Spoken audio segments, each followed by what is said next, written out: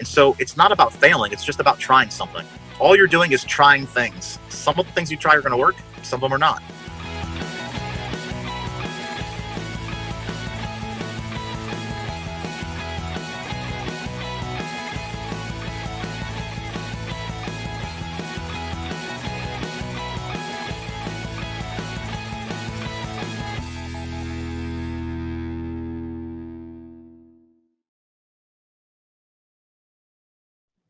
Hey there, this is Neil Napier from MyFirst1000, and today I'm joined with Dave Miz, who's actually sitting in his car right now because he's working in a co-working space. And I wanted him to get in a call with me and talk about how he's been crushing it for many, many years with courses and how he got to his first 1,000 and what he's up to right now. So, hey Dave, good to have you on this podcast today.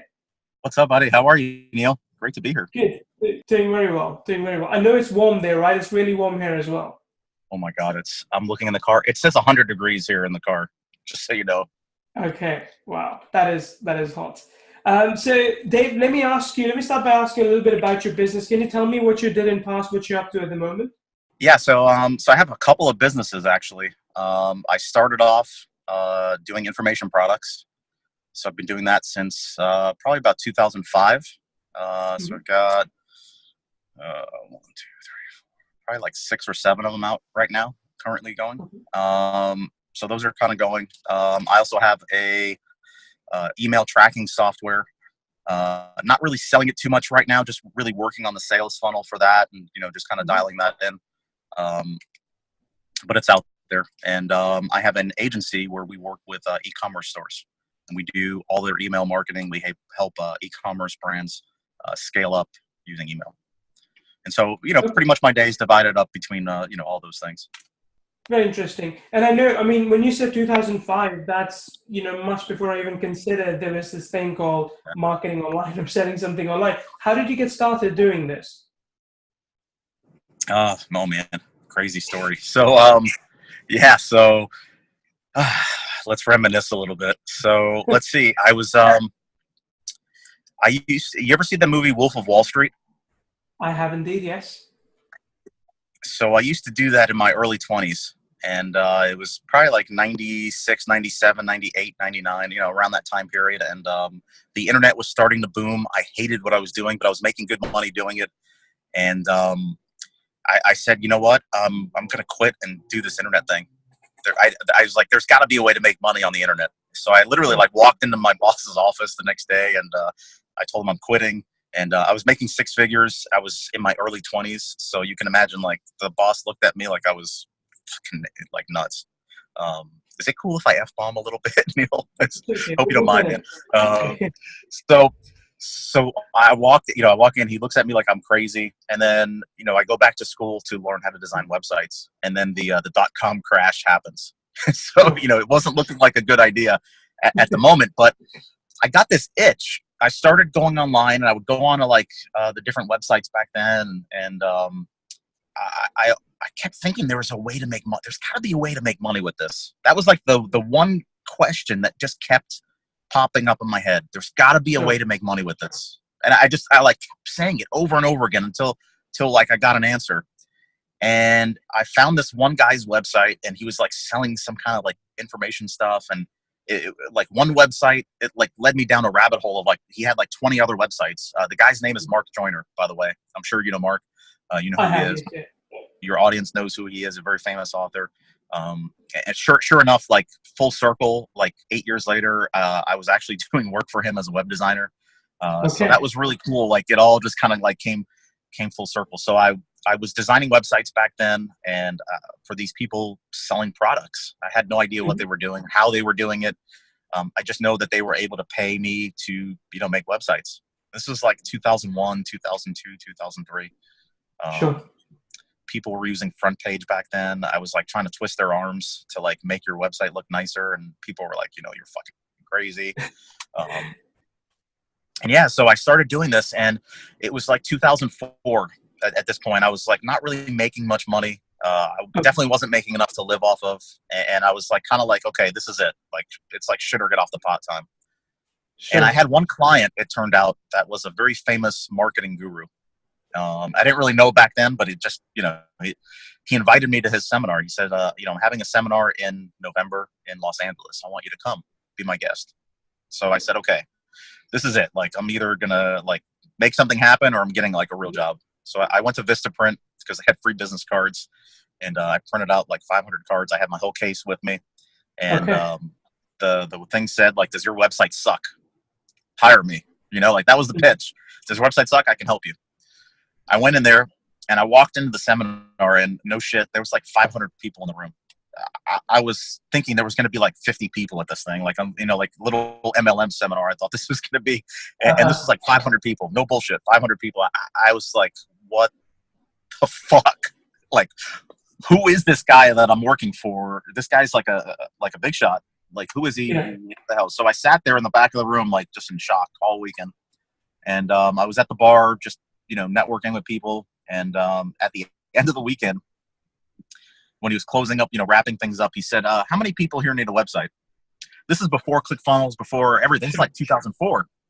How many people need a website? Like 500 people raising their hand. And he's like, okay, normally I do all my own stuff, but there's one person that I've hired, and this person like kicks ass, and he's doing all my stuff, and he's really awesome. If you need a website, you need to hire this guy. Dave, where are you? And like the spotlights come all the way to the back of the seminar. I'm all the way in the back, in the corner, and like spotlights, and like 500 people like turned around, like looking at me, and I'm like, okay, oh shit.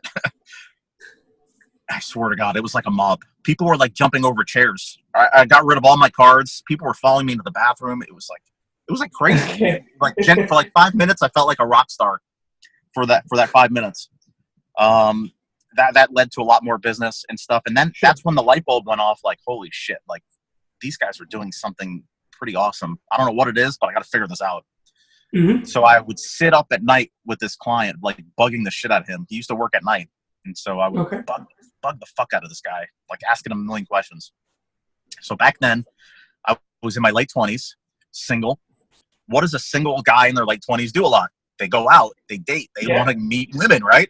So I was interested in women, like, red-blooded male.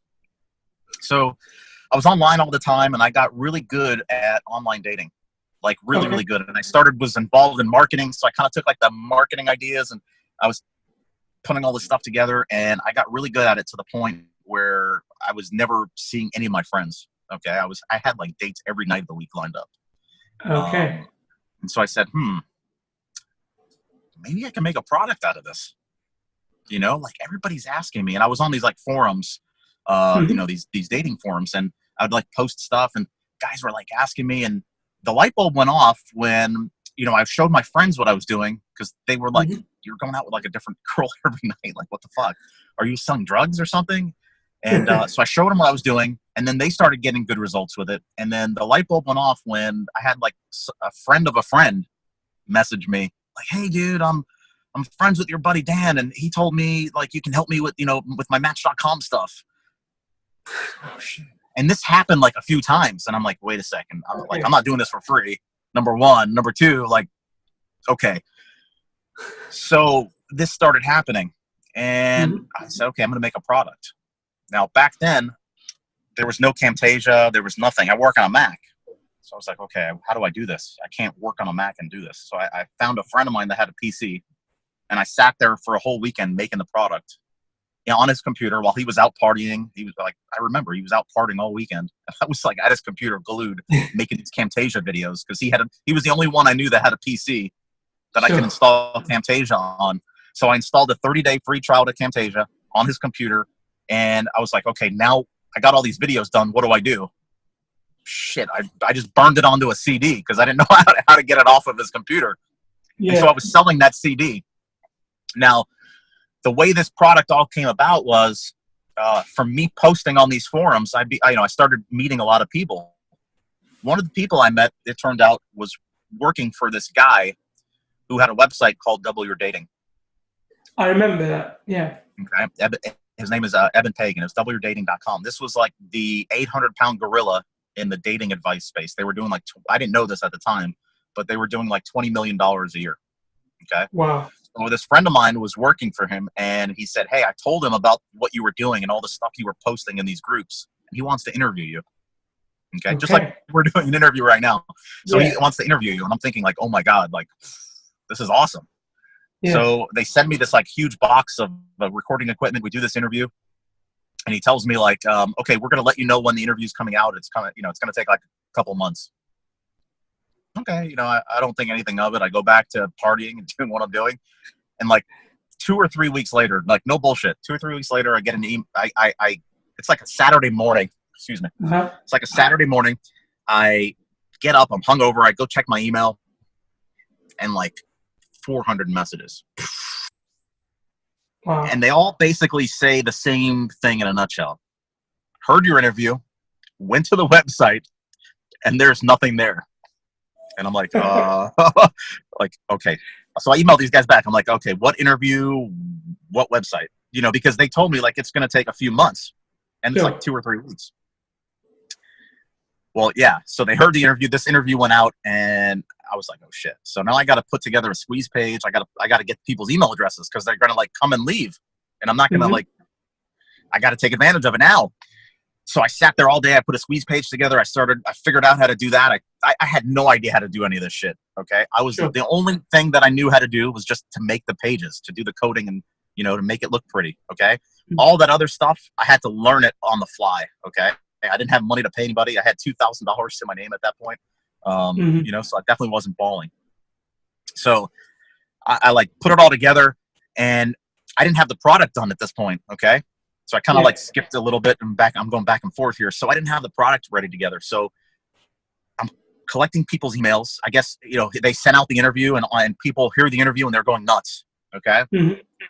And they're going nuts. They're putting in their email address, and I keep refreshing, and I see there's like 1,000 people, 1,100 people, 1,200 people, 1,300 people. So when it was all said and done, when the dust cleared, I had 1,877 names. 1,877 names. I always remember this number, by the way. Yeah. When I launched. But I had to stall these people because I had to make the product, and I had no clue how to make the product. So stall tactics. So I would send these emails out like, hey, if you, if you're doing this and you're sending out this message, try this instead and just do this. And I was giving off these just little tips. Sure. And at the end of the email, you're supposed to pitch something, right? Like, hey, go here and buy this. But I didn't have anything to sell yet. It wasn't ready. So I was like, okay, it's coming. It's coming. It's coming like in 2 weeks. 2 weeks. I was just pulling them up, like, it's coming. I promise it's coming. And I was like, fuck, I got to get this thing done. Like, and I was procrastinating. I was trying to find who had a PC, who had a PC that I knew. So and people were messaging me like, where is this thing? I want to buy this fucking product already. So like after 2 weeks of stalling, I finally like, okay, this is it. This is the date. It's done. And I launched it. So I launched it. I had 1,788 people, and I wrote a sales page just kind of based off of what I saw. It was horrible. And it did like 38 grand the first day. Oh, wow. Awesome. I had $2,000 to my name. Let me stop you there for a second. So you had a list of about 800 or so people, and of course, I had a list of exactly 1,877 people. Okay. And you kept because you're procrastinating initially. Yeah, I had only one product to sell them because, like a genius, I decided to put everything I knew onto that one product. Right? Because that's what you do when you're like, marketing genius like I was. You put it all on one product and you sell it all for $97, so $100. So I sold this CD for $100. I had nothing else to sell them. Now, back then, we had no such thing as one-click upsells, okay? Yeah. There was no such technology back then. I didn't know anything about continuity or high-ticket. Nobody was doing high-ticket selling. Like, people got on the internet and sold stuff to get away from speaking to people, so nobody was doing that stuff back then. So, yeah. So I did like 38 grand the first day. And at that day, I knew my life was over. And this is how the day went. I was in my boxers all day. I was living upstairs from my parents at the time. And I remember my parents were home that day. And I go downstairs. I had made like 4 grand at that point. And I was flipping out. And I go to my dad and I'm like, Dad, I just made like $4,000. And he just didn't even like flinch. It was like, it was like in one ear, out the other ear, didn't even think, nothing. Go back upstairs, refresh, come back downstairs. Dad, I'm at like $8,000. Didn't flinch, nothing. Back upstairs. Dad, I'm at like $13,000. Nothing. I remember when I hit like 18,500, I came back downstairs. I'm like, Dad, I'm at 18,500. I was going nuts. And he's like, what are you doing? That was when he asked. He's like, what are you doing? And I was like, I was like, either he's watching soccer and didn't even care, or like, he was just like brain dead at that point. And I was like, oh, Dad, I'm selling drugs. I'm like, whatever, that internet thing, And so, yeah, when the dust cleared, it was like $38,000 that day. I was like, wow, like my life is never going to be the same after this. I can imagine. And I mean, what was the shift for you? Because I know at that time you didn't have a product and you were just kind of trying it out. And how did mentally for you things change after that $38,000? Well, I knew, I knew the niche was kind of hot at that point. It was like a new niche. And I kind of knew that there was traction at that point because, people were coming in from the interview I did and stuff. And I mean, I knew at that point that day, I remember, I remember saying to myself, I was looking at the mirror and I said, my life is never going to be the same after this. And, that was in April of 2005. And then little did I know what I was meaning by that. 3 weeks later, my dad was diagnosed with stage 4 cancer. Okay. So I had the highest of highs. Within that first month, I did about $100,000 without really doing anything. To having my dad fighting for his life. And so it's kind of a weird situation when you have things like that happen. On one end, you're experiencing like the highest of high of success that you could. And on the other hand, you're experiencing like life or death, and so everything I did was for my dad. My dad came to America with nothing. Came here when he was like 19. And, so everything I did was to make my dad happy, to make my dad proud of me. And then to see my dad fighting for his life, the moment that I finally make it, it sucked. It really sucked. And so the whole time I had this thing going nuts. It was like a freight train. It was exploding. I was on Playboy. I was in Vanity Fair magazine, ABC News, ABC Nightline, the Wall Street Journal. I had all these like publications trying to get me on TV and stuff. And I just didn't give a fuck, to be honest with you. If we're really, if we're being real. So I just didn't give a fuck. I mean, I did a Playboy stuff because I knew it would be good for publicity and stuff, but I didn't care about all that stuff. I just wanted to spend as much time as I could with my dad. And luckily, that's the gift, that I got from this business, and sometimes the gift that you want isn't the gift that your, life gives you, isn't the gift that you need or the gift that you get. And so, you always want to, like ball and drive, big houses and, and Ferraris and stuff like that. And, I probably, in the money that I spent trying to save my dad's life, I could have bought a house. And I would do it over. It's not even a decision I would think about. It was totally worth it. And I have zero regrets. But, that's the gift that this business allowed me to have.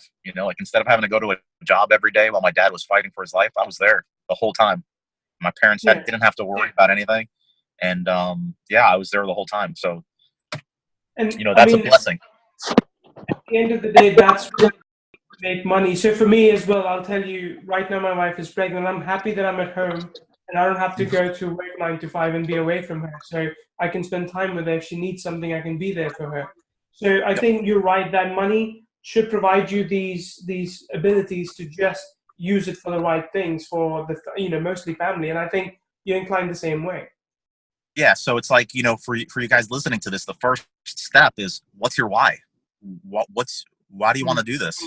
Because there's times when it fucking sucks, man. There's days when it sucks. There's times where, it's like nothing seems to be working, and like just doing the simplest task takes like all day. And if you don't have that why, if you don't have that burning desire deep down, you're going to quit.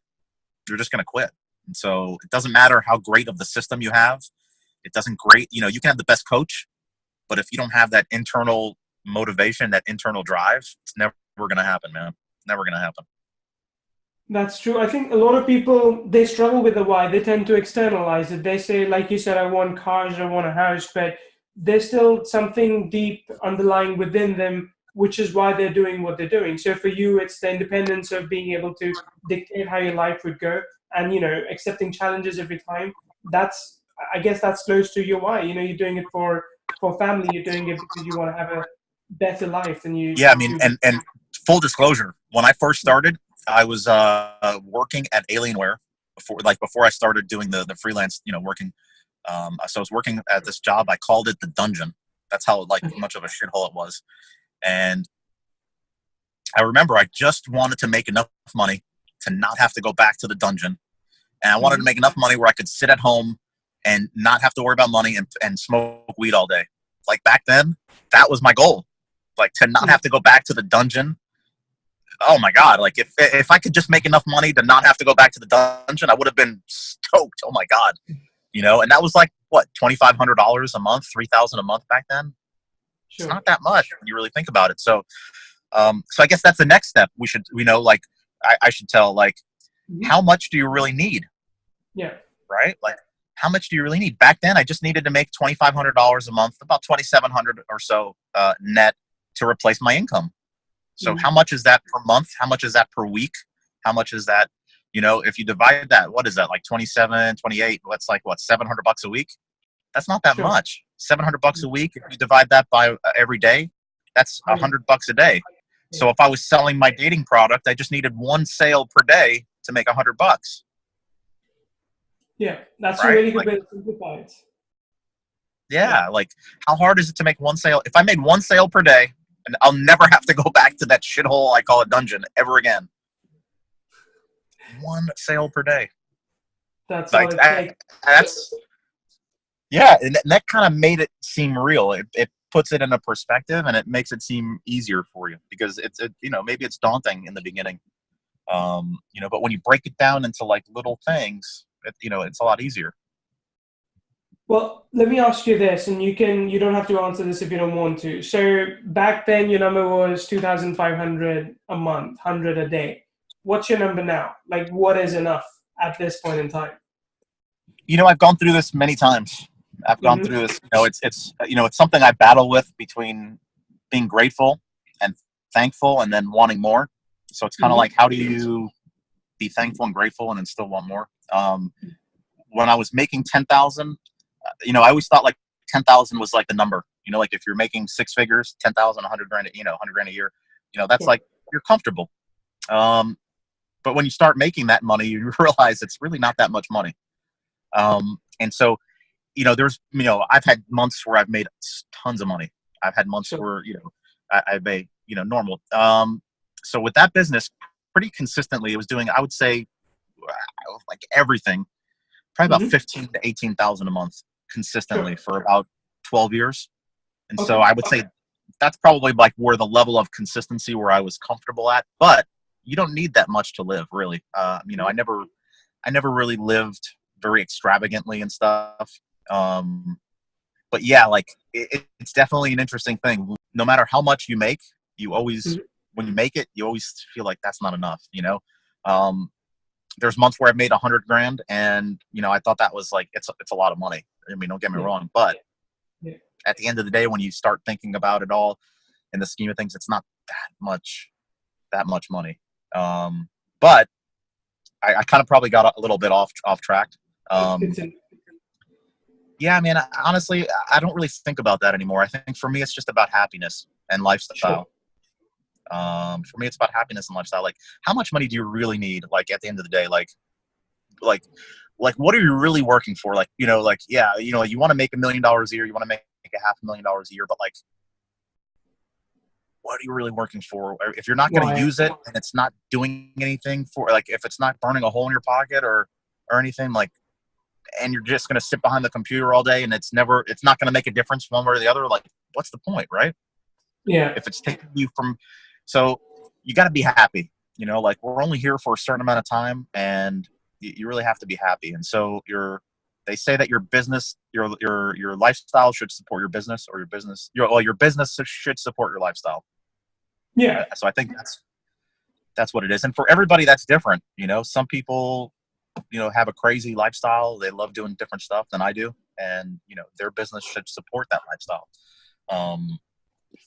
But yeah, for me, it's more about being happy. No, that's good. I think that's a very valuable thing for anyone to follow, to make sure they get to a balanced life rather than life which is extremely towards one end. Yeah. And So then, I say that because I've had this offer doing really well, and I've had this offer now in the last 2 years where it's come and gone, and it's had its day, and sure. so I've gone and rebuilt it back up, other things. And so I've experienced the high on the high note, and then I've experienced it on the low note. And I said, what really made me happy? And that's really it, is what makes you happy. Sure. That's fair enough. So Dave, a few quick questions for you. Just, tell me the first thing that comes to your head. Mhm. What's your favorite book that you love reading again and again? Ooh. So that I'll give you a few things. So I love Think and Grow Rich. I think that's like must for every entrepreneur. I go through phases of book reading, and I have a thing where my parents taught me to speed read when I was a kid.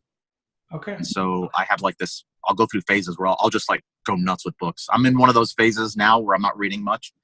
The book that I'm reading right now is the Gary V book, where he like answers questions. It's like his big thick question answer thing. I love Gary V. I'm on the Gary V thing lately. Yeah. There's a very good author that I love reading his stuff. It's Dr. David Lieberman. Okay. And it's all like psychology type stuff, like sales and psychology and stuff. And then the other book that I really love is from Robert Greene. So me being in the dating stuff, or teaching dating stuff for many years, I've got tons and tons of books on human psychology. Sorry about that. So yeah, like what makes people tick? Robert Greene, he has this very famous book called The Art of Seduction, but he also has another one called 50 Laws of Power. And these are books that are more like strategic thinking, along those kind of lines. So I try to read a lot of different things, man. But Cool. advertising books, copy books, yeah. But that's useful. I'm building my own list, so all this helps. Secondly, what kind of music are you into? What's your favorite band? Ooh, so this is good. So I like. It's crazy. I like, I'm from the '80s, so I got to have a little bit of hair bands in there and stuff like that. So like Def Leppard, I always love listening to that kind of stuff. Poison, growing up in the '80s. But I love Led Zeppelin. Yeah, definitely love Led Zeppelin, Pink Floyd. You got to love '70s rock. But lately, I've been listening to a lot of. I always like a lot of EDM stuff.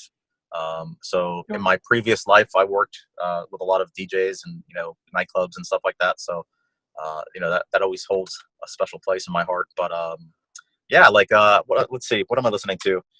Today I was listening to DJ Chucky. I've not heard of him. He's really good, man. He's really good. I'll send you a link to his thing. It was a little hip hop. So yeah, man, I love listening to music when I work. It just relaxes me, and I put my earpods on, and my little my new little toy now, my favorite little earpods. All right. So yeah, man, I just listen to them, and I just jam, man. I find it really just relaxes me. It helps, but it depends. You go through different moods. Some days you just listen to EDM, sometimes hip hop, hair band music, '70s. I like it all, man. Cool. That's good. Let's talk about traveling. I mean, we met at a conference recently, but do you tend to travel a lot? And if you do you prefer going to the beach or the city? What's your favorite holiday destination? Well, I live right across the street from the beach. So, of course, naturally, that means I don't go to the beach ever. So, like, I think I've been like once in the last year or so. Yeah. So, that was one of the first things I did when I started making money online is I started traveling. Okay. A lot of people buy cars and Ferraris and all that shit. And, for me, it's just about life experiences. And I feel like that's one of the best experiences you can do in your life. It just gives you a lot of perspective.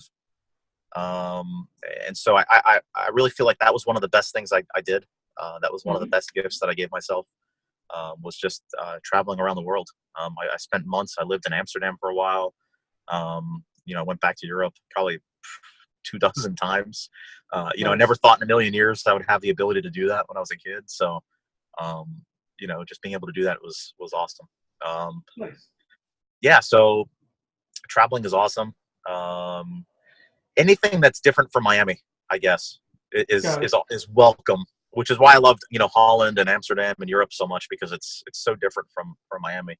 Um, yeah, Yeah, and you should come to Finland. It's cold and it's very safe, so completely different. that's definitely on the list. Good, good. But hey, Dave, one more thing. So, if people want to find out more about you, if they want to check out what you do, can you give us a website address or something they can check out? Sure. Probably the best way is to go on Facebook and Okay. just go on Facebook and just type in Dave Miz, Dave, last name Miz, and you know, just hit me up there, and you can see all the crazy shit that I'm up to. Maybe one day I'll figure out how to use Instagram. I still Me don't know how to too. use it. I'm so bad with all that stuff, man. Yeah. So Great. see, even like, I don't even know how to use Instagram, and I can make money on the internet. So like, if you know how to use Instagram, you're like 5 steps ahead of me already. Like, That's true, but I guess it's good for dating as well, right? If you do it right, maybe. yeah, I mean, I would guess. Don't ask me anything about the dating stuff now. I have no idea. Okay. It's yeah, I All have right, no idea. I really have no cool. idea on that. But Happily yeah, man, married then. Yeah. yeah, very, very, very, very happily married. I met her Good. using the same stuff that I was teaching to guys. So yeah, so it's really good. Good. So one last thing. I mean, before we end this, is there anything you'd like to say to people who are watching this? Anything to inspire them, to make them feel motivated? I mean, they should already after watching this. But any last things you'd like to say? You know, I wrote a post about this yesterday, I think, on my Facebook. Mhm. So I you know, I was scrolling through my Facebook feed, and I saw this guy's post, and you know, like it was like a pity party, you know, like, and I wanted to comment to him directly, but I just felt like, okay, like I'm not going to do that. I'm not going to get sucked into that nonsense. But so many people talk about doing things, right? And it's almost like they're trying to get everybody's approval, and they're scared. It comes down Mhm. to fear. And we're all scared on some level, right? But at the end of the day, you just have to decide, like, what's stronger for you. Is your fear stronger for you, or is your goal? And it goes back to the beginning, your why. What's your why? So Sure. for me, my why was to make my dad proud and to help my dad to save his life, right? So like, Mhm. was I scared a little bit? Yeah. Like, I was nervous. People were going to make fun of me for putting out a dating product, like, especially back Mhm. then, right? Like, now it's normal, but like back then I was like, oh shit, like, Yeah. I don't want anybody to know this. Yeah. So what if people hate it? What if nobody uses it? What if it doesn't work? I had all these doubts, like normal doubts that anybody would have, right? But then I looked at my why, and I was like, fuck this, right? Like, I'm just doing it. And like, fuck everybody else. Like, if they like it, great. If they don't like it, great. I don't give a fuck. I'm doing it anyways, right? And it goes back to your why. My why, man, it was way too strong that nothing was going to get stopped. And so most people, their fear is so strong. So like, you know, they say that their fear keeps them up at night. Mhm. If you think about that, your fear is so strong, you're feeling physical effects from something that hasn't happened, that you're creating in your mind. And so that fear has manifested physically, right? It's probably stronger manifestation physically than your why or your goal. And so I would spend so much time focusing on my why, on my goal, to the point where I, like, not achieving it, like, it felt like death. Mhm. Like, it felt like dying. Like, it was worse. Not achieving that was worse. It was like, I would rather work at Walmart for the rest of my life, sweeping floors and cleaning the bathroom, than not achieving my goal. Right? Like Sure. real talk there. So I made sure that was physically more painful to me than my fear. But most people don't do that. They do the other. Their fear is stronger than that. So get out of the employee mindset, number one, right? Like, this is huge. you probably will understand this, like, because you teach people all this stuff. People come from the, like 9 to 5 mindset, the employee mindset. And so if you're at work and you try something at work, let's say you want to impress your boss or you want to like do something good, and you try something and it doesn't work, you could lose your job, right? You can get fired, you can get ridiculed at work, they can tell you demoted or fired. And so people have that same idea. If I try something and it doesn't work, I fail. That's the connection that their brain makes. But with what we're doing, when you're trying to make your first 1,000, when you're trying to do this, what you're teaching, you have to fail. You have to try things. There's so much shit you're going to do that doesn't work. And so it's not about failing. It's just about trying something. All you're doing is trying things. Some of the things you try are going to work. Some of them are not.